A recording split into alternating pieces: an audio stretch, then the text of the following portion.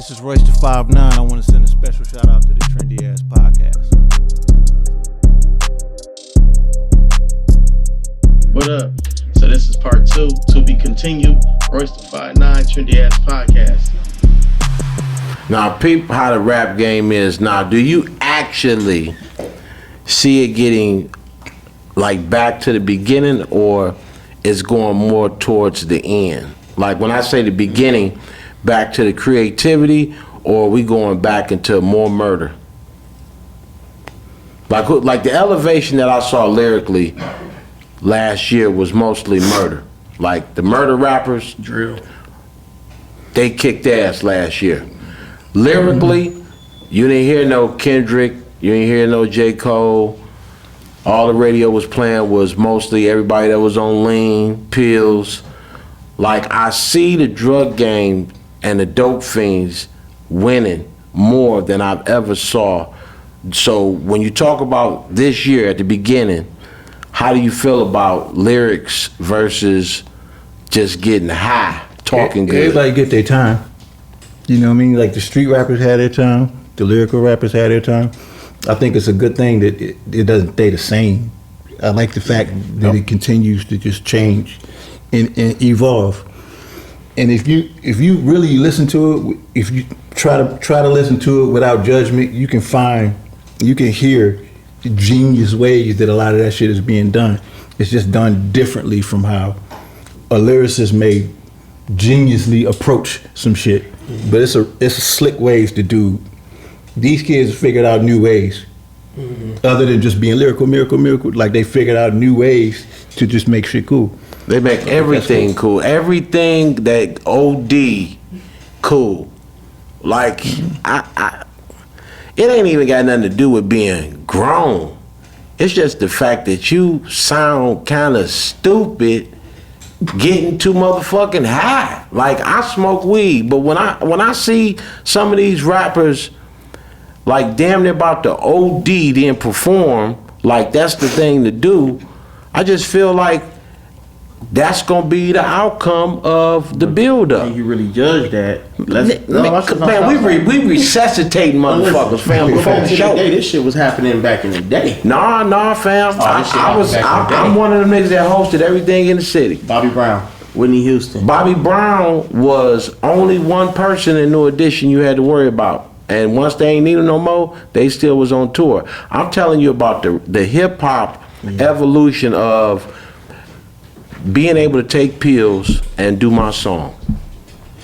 Being able to take pills, sniff coke, drink, and whatever the fuck else, and do my song. That's if you ain't stopping them, then that means you want them to keep on doing it. Ain't nobody stopping motherfuckers from getting high, is what I'm saying. Somebody went up to Whitney Houston, was like, yo bitch, hey, you getting skinny.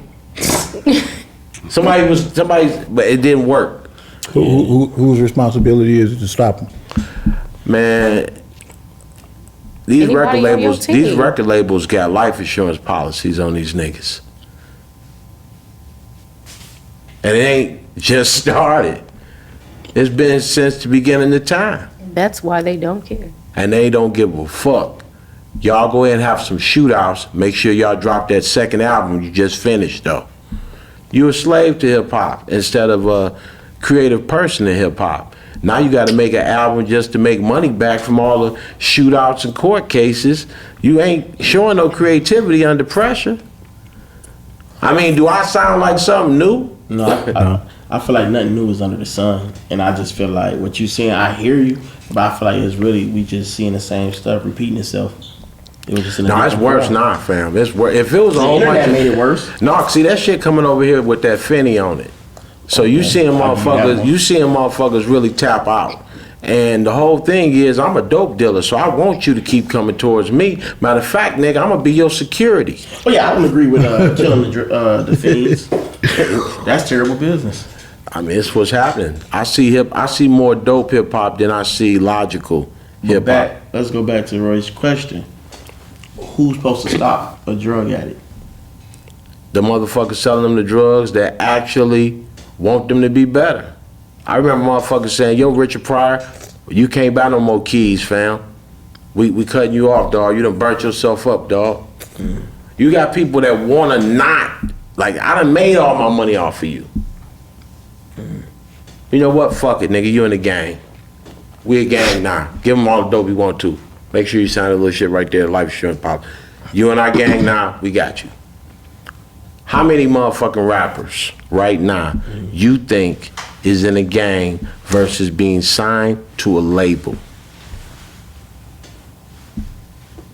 I mean, I don't know how deep you want to go with that question. Oh no, I just gave you game. You ain't signing to a label no more. You signing to a gang. Yeah, I mean, If we beefing under investigation for. No, I ain't talking about investigation. I'm talking about you just signed to Yo Gotti. You think that you just a regular motherfucker with Yo Gotti? Nigga, that's a team. That's a conglomerate. This is family here. You not just a regular motherfucker no more. And he ain't fucking with the dope fiends. You low key. I commend him like a motherfucker. His whole team look like they get regular high. Regular high. You could tell who ain't getting regular high, fam, in hip hop right now. Them motherfuckers do interviews totally different. Hear that shit. I drink piss. Like you heard the rap. I love a woman's piss. A woman's piss. Now hold on, let's go back to these lyrics because Biggie used to say some wet shit. Like, it looks so good, I suck on your daddy dick. If somebody said it now, we looking like, oh, whoa, what? No, when he said that, What's the difference? I didn't agree. That was a Richard Pryor Yep. line. Yeah. Was it? They still don't make it right, but. So basically saying it was more of a mockery. No, he was just not a shocked. mockery. Yeah, He was just paying Repeating the homage. quote. yeah. He was paying homage to Richard Pryor. Because back then, everybody know Rich was. That's a classic Yeah. Pryor line. See, y'all just put me on something new. You know what I'm saying? I feel like I'm a student of the game, but y'all just put me on something new. Now, when you talk about the originals in the game that we're finding out wasn't as original as we thought, Biggie was one of them.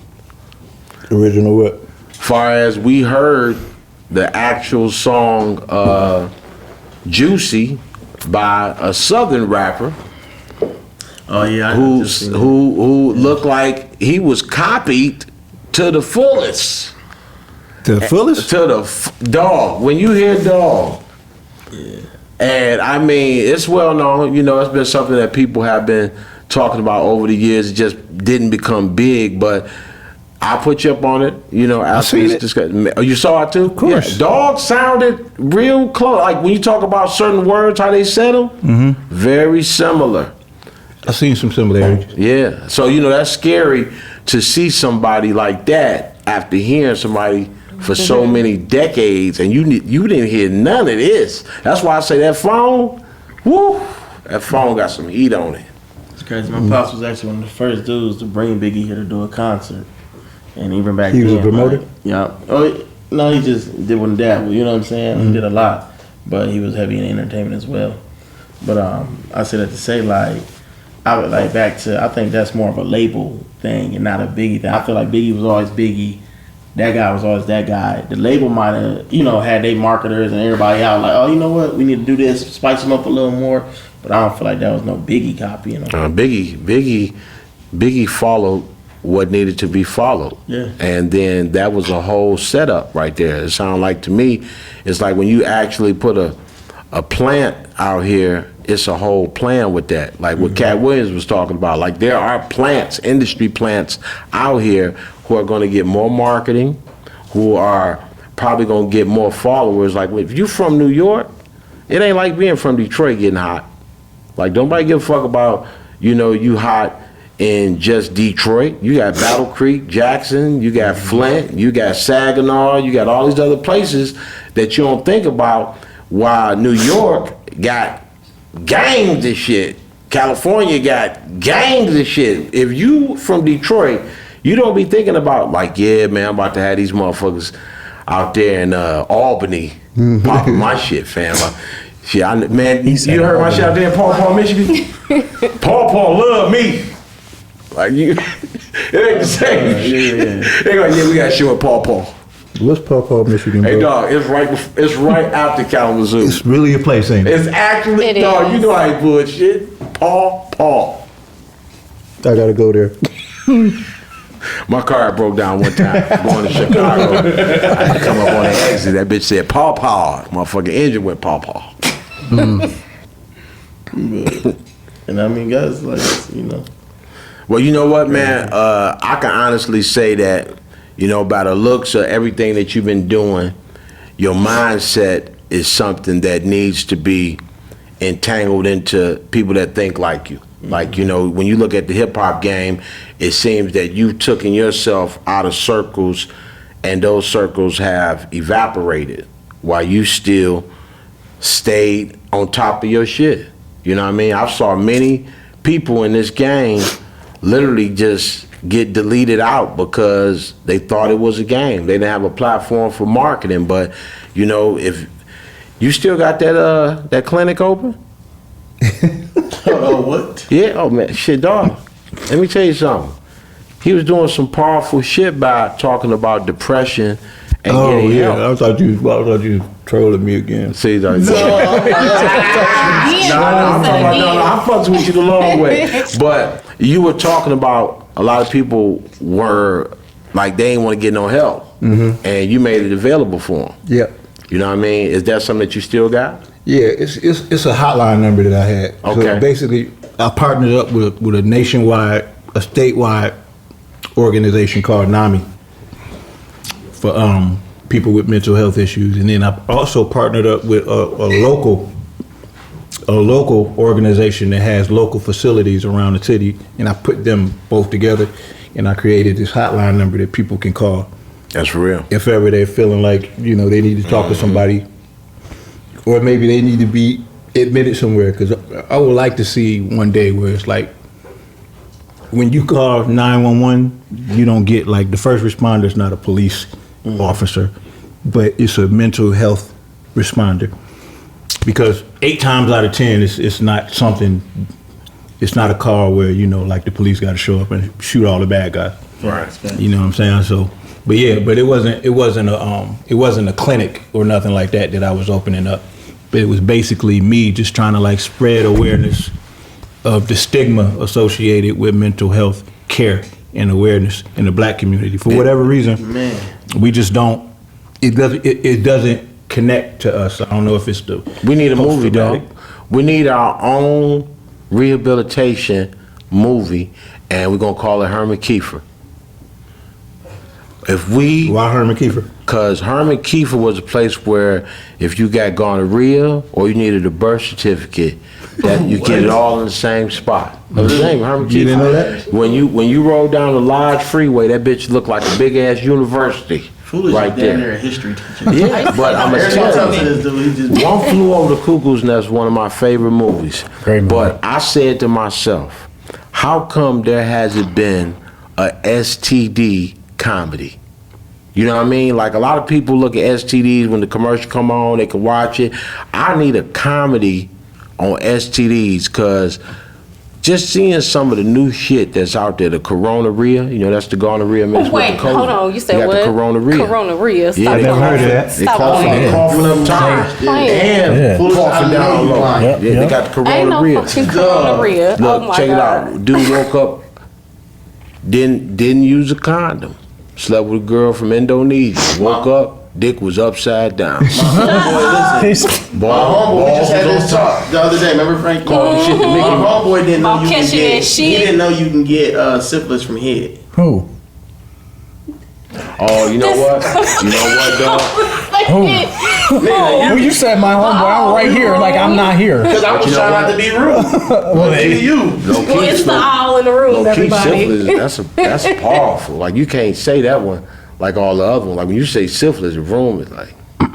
Cause that's Right. that Because the shit. girl told me she had HPV, and I was like, shit, I got PPV on Fire Stick. I didn't know what the fuck HPV was. Oh my God. And then the way she said it, it didn't even sound like it was serious. She's like, I got human monophenotype. I was like, what? That shit doesn't sound like it's nothing. Virus. I'm done. Yeah. They had that new shit out there That's called. another thing, though.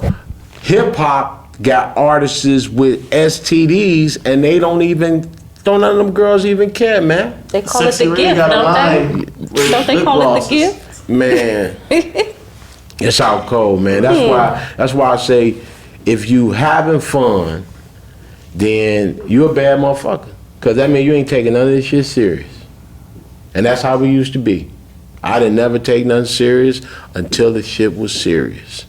And then once I got out of it, I'm back to get fucked up again.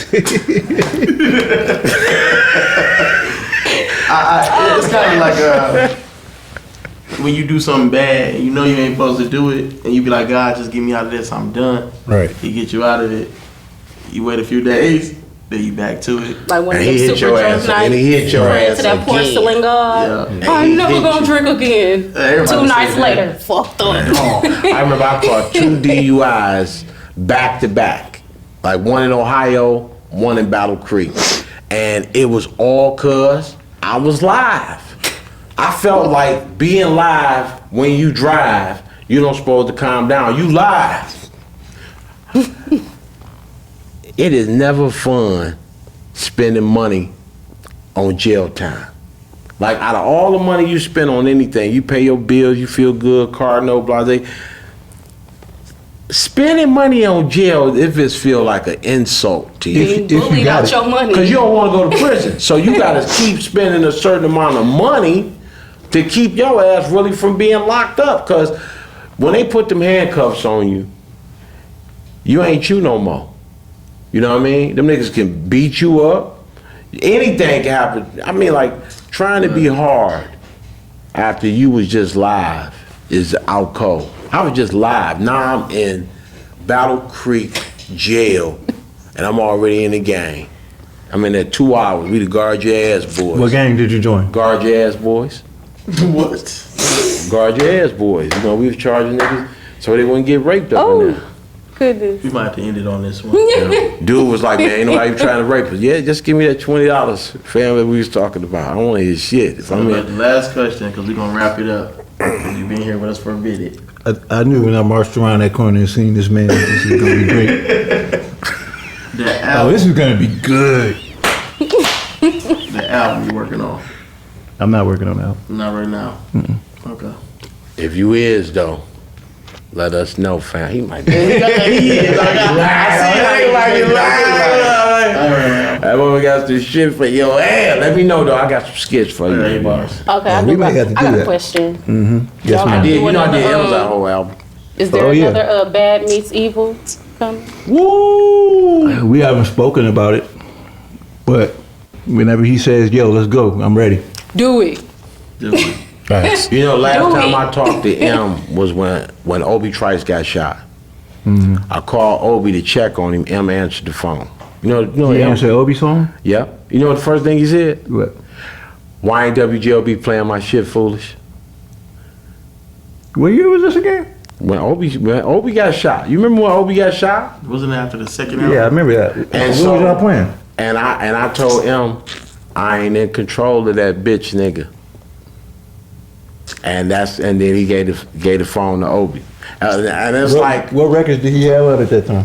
well, you know what? Back then, M was big as fuck because we just did the music festival at Comerica Park, and he headlined it. So he was still big. It's just that we had old boy from some part of New York that he didn't want to play no Detroit music. It wasn't just him. He wasn't playing no artist from Detroit at that time. It took him, Big Sean, to really start getting on our coattail. And then when radio started falling off because it looked like they was kissing everybody's ass, that's when you start hearing nothing but Detroit music. But he never jumped on like the real Eminem songs that brung out the bag.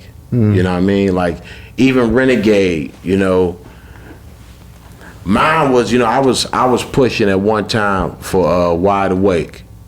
Cause I was like, you know, I listened to this like damn near every morning. That was like my morning vibe. Cause he just was flowing on that bitch just like Renegade.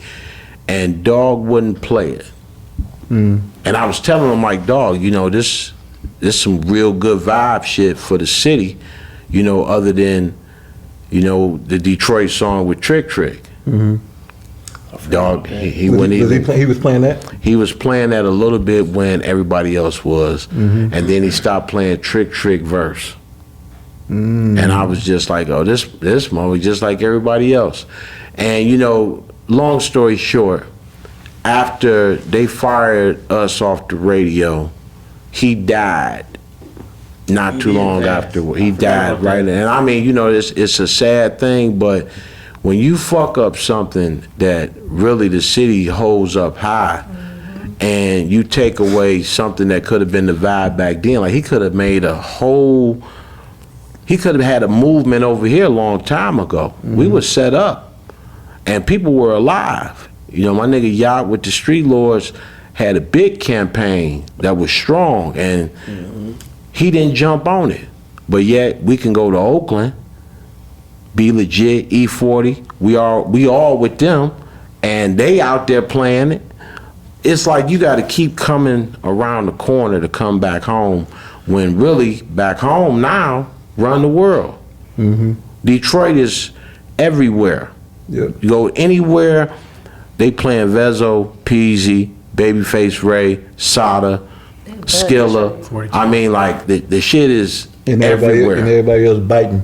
They biting that style now. They got to. You know.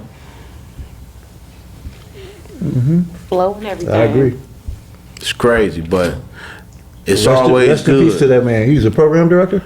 Yeah, Okay. KJ Holiday. Oh, I remember KJ. So after he fired us, about 3 months later, I got the Fox Theater. I'm about to do my stand-up hour special, Why Foolish Got Fired. Day before I'm about to do it, he calls me and said, if you say anything bad about the station, I'm gonna sue you. Gangster. I put it to you like this. Day of the show, they canceled it out of nowhere. I had about 1,500 tickets sold. He canceled the show. Wayne County sheriffs came and arrested my comedian Shani D. She had warrants. Somebody called her, Oh, wow. and they arrested her. It was just fucked up. I ended up having to give everybody their ticket money back and doing it at the Fillmore 2-3 months after that. But it's just crazy how radio failed. You know what I mean? We used to be able to pick out the songs. Then it got to the point to where you got to go on YouTube and Facebook and see who got the most views. Yeah, radio failed because the DJs failed the people. I don't care what nobody say. Well, DJs only play the music, but I'm talking about far as when you getting them plays. Like the playlist. You know what I mean? When you actually in the programming, that works for you.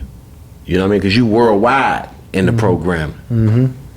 DJs, you know, they just at the club. Shit, you know, back then you could snip them $50, $100. Boom, boom. That's where you're going to get some spins at mix show. Yep. Yeah, but they still used to push that needle a little heavier. It was a little different. Talk about it. What you mean?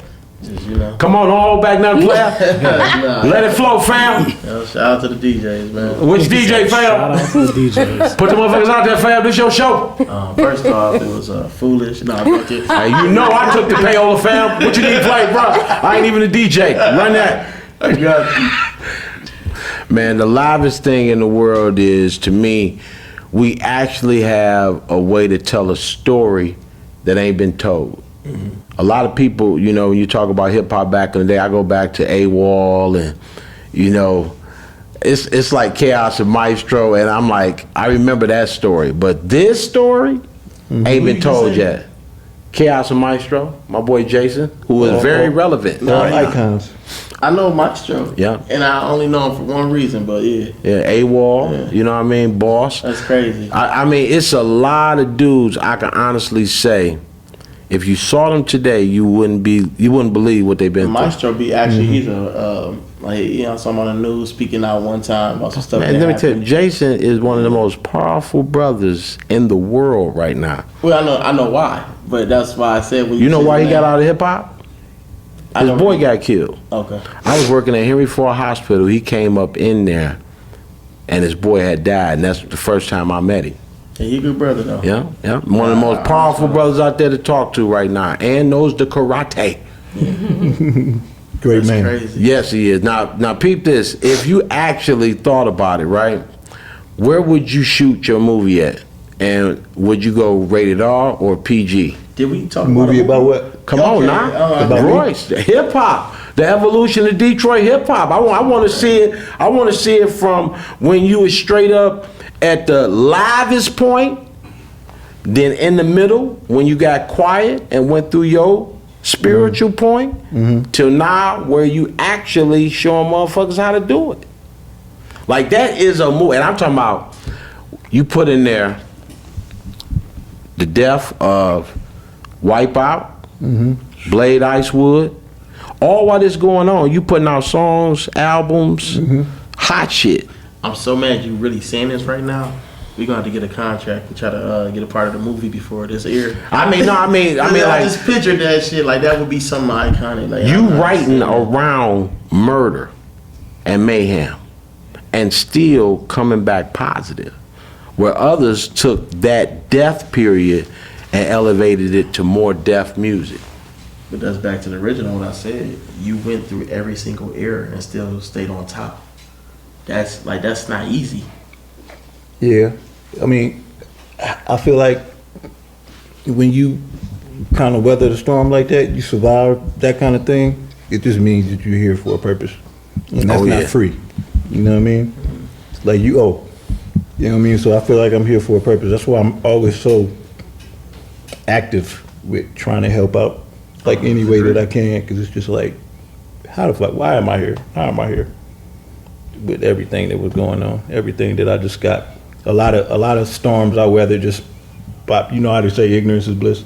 Just being naive. You know what I mean? Not even realizing the magnitude of like what I'm into. You know what I'm saying? Like, or what's happening. I'm just like, whatever. It could be because I'm drunk or whatever. Whatever it was, it made it so I survived it. So what's I don't three take that key lightly. things that you would shoot somebody that's trying to hop into this industry with music and stuff, knowing everything that you've been through, everything that you've done seen, you know, did your growth from, what are three key things that you would tell a young individual coming into this industry? What would you tell them? Same thing going in any industry. Just be consistent, be positive. You know, everything starts with the mind, the way that you think. You know what I mean? Like if you're thinking right, you can get there. You know what I mean? You got to envision yourself at the highest possible place that you can envision yourself, even if it's like beyond what anybody would think that you can even get to. You know what I mean? Unrealistic. Fuck it.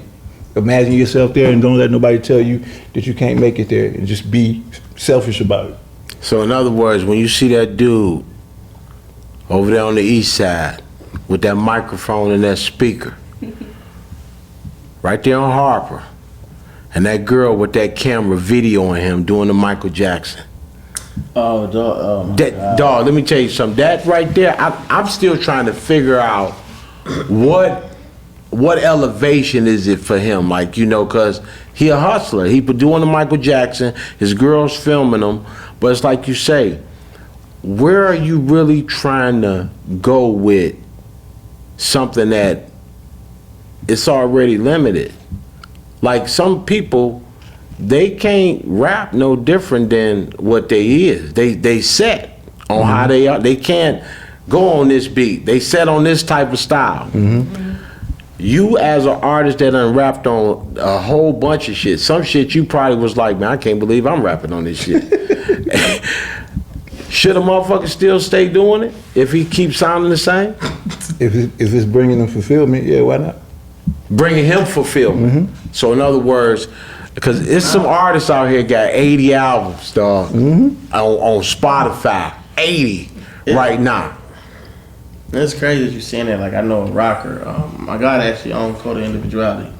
You know, older gentleman rock. You know, that's what he do. Everybody support him. You do rock music? Yeah. Okay. Like, he still show every weekend. Like, he popping. He lit out there in New York.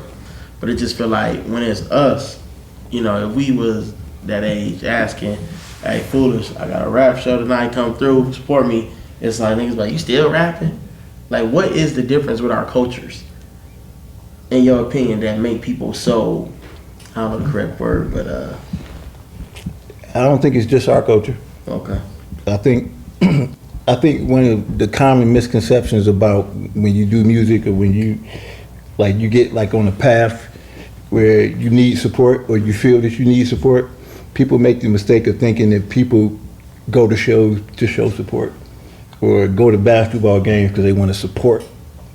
Nobody's at the arena to support LeBron James. They at the arena because they want to see LeBron James do some amazing shit. That's right. You know what I mean? So it's just like you have to put yourself in the position. You have to elevate yourself to a position where there's something about you that people want to pay to go see.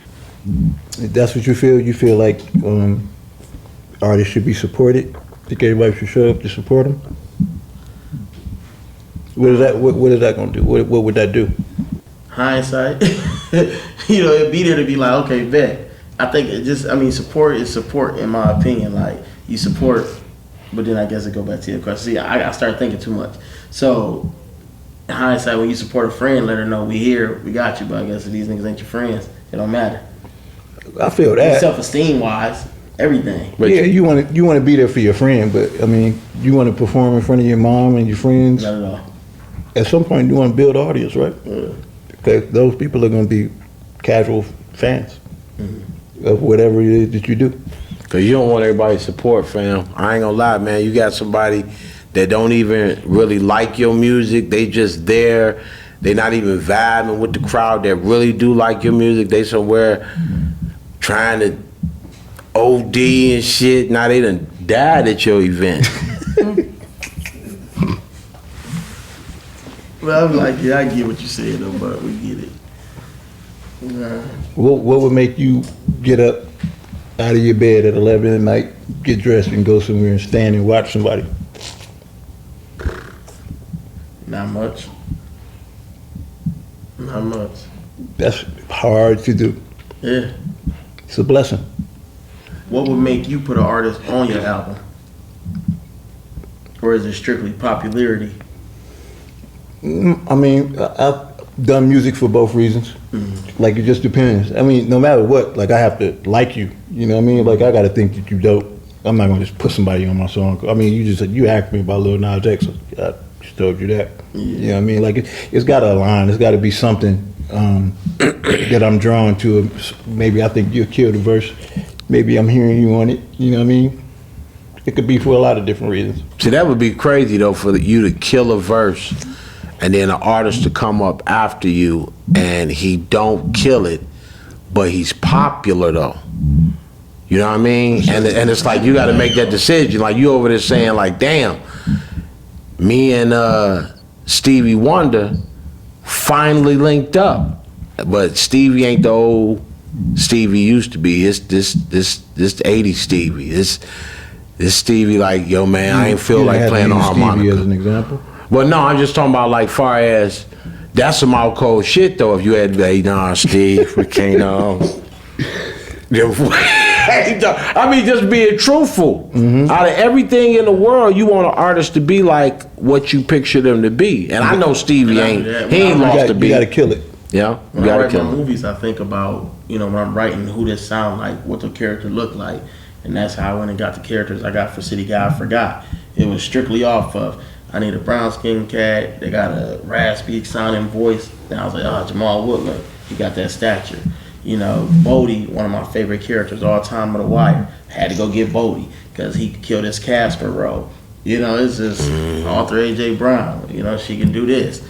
And it's just, so I get what you're saying. You got to hear it and see it, visualize it, put it together. So I understand that.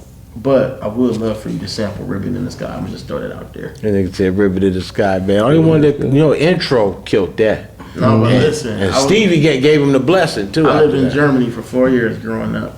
And my stepdad played piano. He was a musician. And that's the song that got burnt into my head. He would always play. And I just feel like when you said the Stevie Wonder thing, like how poetic you be and just talking about stuff, I think that should be just something different. Low key, see, it would have to be one of them hard Stevie beat ones. Like, Stevie got some beats, man. That motherfucking Don't don't don't don't don't don't don't don't don't don't don't. Don't don't don't don't don't don't don't don't. So I can see you jumping on that motherfucker and going crazy. Trying to figure out what that Oh motherfucker dog, is. hey fam, I'm So hard. 54. What is You that? trying to figure out what that is? Dog. Everybody feeling that thing. Thank you. Yeah. I caught it for a minute. I'm like, Has that been sampled before though? Huh? Has that been sampled before? You know what? If it was, they couldn't do shit with it. Cause This you, picture, ribbon in the sky, the chords, the strings, how it start, and just how you. that's become too on slow, the man. intro. That's Yeah, that's I too disagree. slow, man. Why you trying to I put $1 put? billion on it, ribbon in the sky. What you do? Like flip on it? I would have you just start off calm, just talking how you be building up. Like How would you do it? I would talk rap, or more tell us the story. You know what I'm saying? Like you don't always got to rap on everything. Just Why you trying to fuck up ribbon in the sky like He that, not. man? He You wouldn't just fuck it up. no, you just fucked it up. You just said you're gonna talk on the motherfucker. goddamn it, put me in a booth right now. He said talk rap. He said talk rap. He greets his father with his hands. Like, you know, niggas go, they try extra. I don't like to picture like That's the #1 talk rapper right there. So Yes. so long. You know, I remember it was a night that's the type of shit I picture you on. You get what I'm saying? And that shit, that'd be epic. I ain't listening to Foolish today. History up, man. Man. You know, this is a real trendy ass podcast. Trendy Ass Podcast. So, you know, I think we got trendy than a motherfucker today. We did. Yep. I appreciate that. 100. Look at these guys.